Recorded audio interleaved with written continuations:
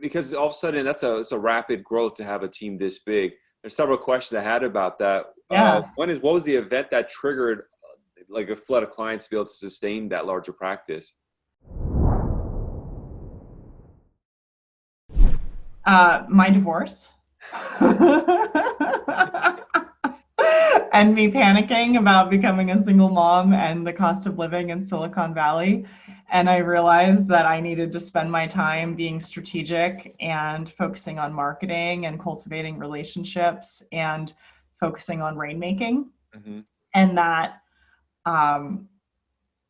but I couldn't do that until I learned I was so scared to hire people. It was so freaky. I was not organized about money at that time, and I didn't really have any sense of how I would make it work, or if I could get a return on that investment, or if I could trust somebody. And finally, I just decided to take a blind leap of faith with somebody really smart who seemed eager to help me. And fortunately, like, my intuition served me. I chose well, and that individual has really helped me grow operationally over the years. But I lacked at that time delegating and managerial skills and project management skills. So it was scary because it really was blind faith.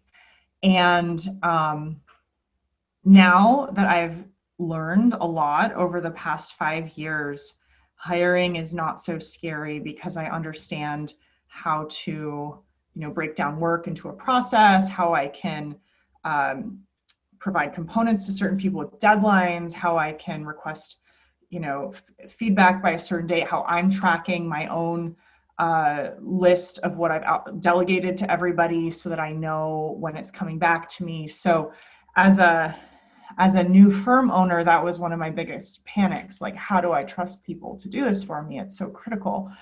But I had to get over that because of necessity. Yeah. And then when I was in that, I realized, I could put in all of this work to have a practice that would generate like $300K a year, and I would probably be a slave to it. Mm-hmm. Or I could be a little more strategic and have a little more foresight and target focusing on a greater expansion. And with that marginal effort, I could have a lot more freedom ultimately. So I decided, okay, well, as long as I'm not going to be like a solo practitioner doing the bulk of the work myself, why not have a firm that supports my life and goals, which was a new way of thinking about it for me. I think that's one of the critical points and milestones is when you hit that dollar amount and you're like, either I could keep doing this myself, it's the ceiling, or next level is hiring somebody, which is really stressful with trust and all that. And I definitely constantly have that issue.